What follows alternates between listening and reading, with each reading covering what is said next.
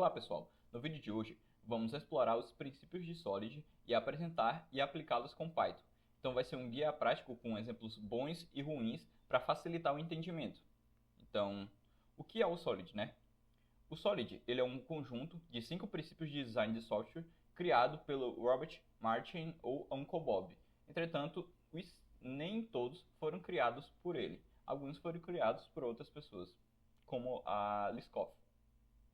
Então, esses princípios eles vão ajudar a criar sistemas orientados a objetos mais robustos e escaláveis. Vai facilitar a leitura do código, reduzir bugs, aumentar a reutilização. Então, vamos partir para alguns exemplos práticos desses princípios. O primeiro é o S, que é de responsabilidade única. E nele diz que uma classe deve ter apenas uma razão para mudar, ou seja, deve ter uma única responsabilidade. Então, no nosso exemplo, a gente tem uma classe chamada UserManager, que faz a função de criar usuário e também de enviar e-mail. Veja que nessa classe a gente possui duas funcionalidades diferentes. Ela possui duas funções, uma de enviar e-mail e a outra de criar usuário, que são totalmente diferentes uma da outra. Uma solução ideal que respeitasse o nosso princípio seria criar duas classes diferentes. Então, nós teríamos o User Manager. Ele poderia continuar fazendo a parte da criação de usuário, passando aqui os dados.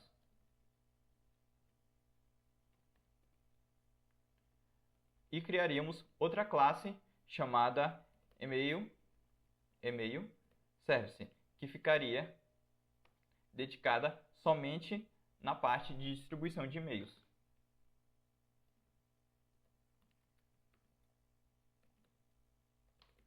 E-mail. Então vocês podem ver que aqui cada classe ela vai estar responsável por uma única função. E é isso que esse princípio ele preza. Agora vamos para o O, que é o princípio do aberto ou fechado. O que diz a definição? O código deve estar aberto para extensão, mas fechado para modificação.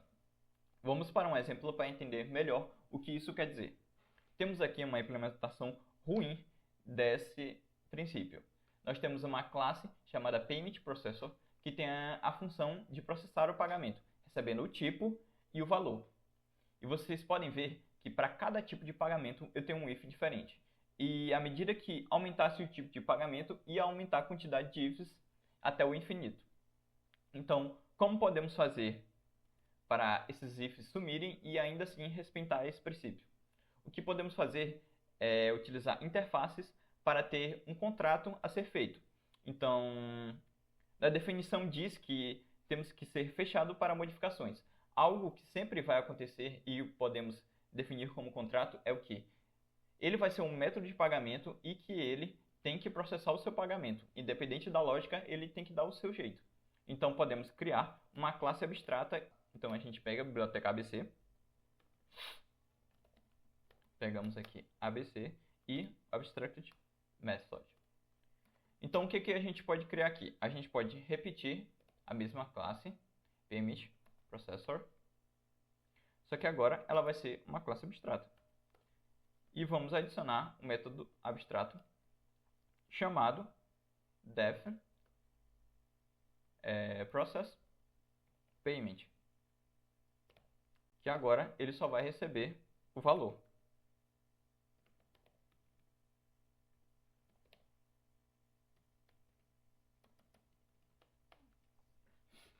Agora que definimos um contrato, agora cada tipo de pagamento ele pode estender do nosso contrato, fazendo com que a gente não precise mais da quantidade de ifs de acordo com a quantidade de tipo de pagamentos. Cada pagamento, por exemplo, PayPal, ele vai se adaptar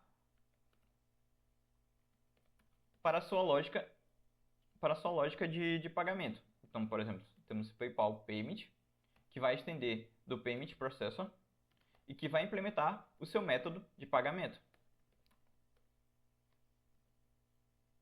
Assim como se eu quiser outro, por exemplo, Mercado Pago Payment, ele vai fazer a mesma coisa.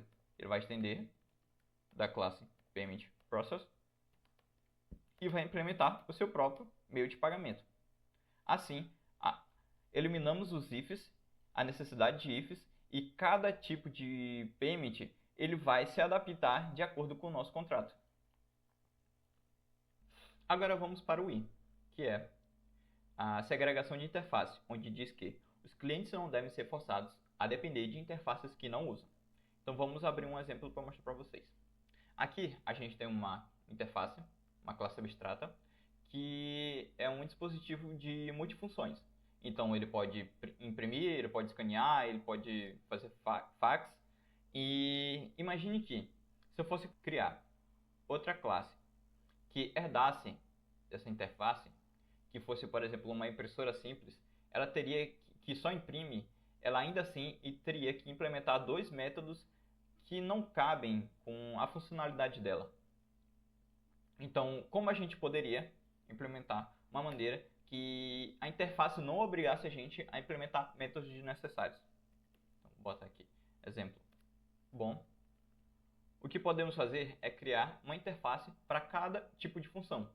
Assim, cada interface ela se remeteria àquela função específica. Então, se eu tivesse aqui uma classe chamada printer, que tem o seu método aqui, e outra classe chamada scanner, outra classe abstrata, né? Scanner, com o seu método de escanear. Imagine que agora a nossa classe multi function device, ela vai importando à medida que ela precisa. Então, se essa função, se esse dispositivo agora, ele imprime, nós adicionamos o imprimir. Se ele pode escanear, nós adicionamos o escanear.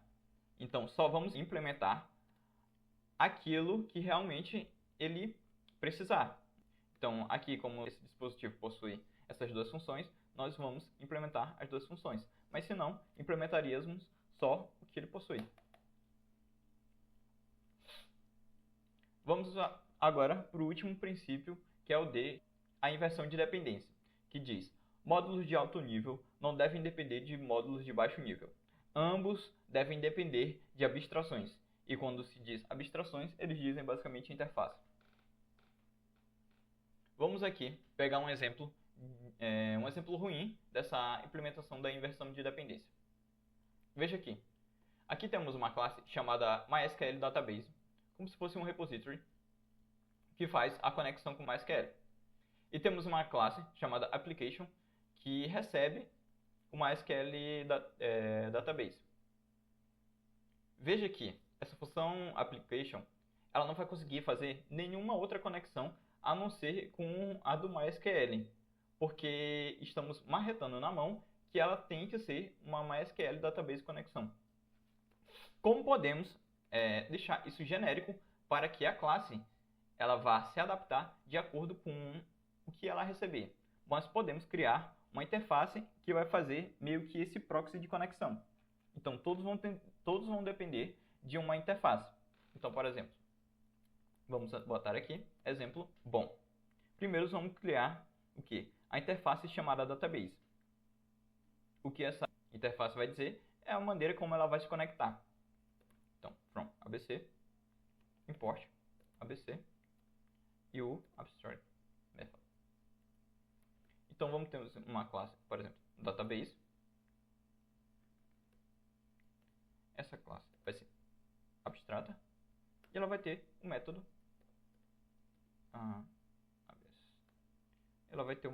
de conexão.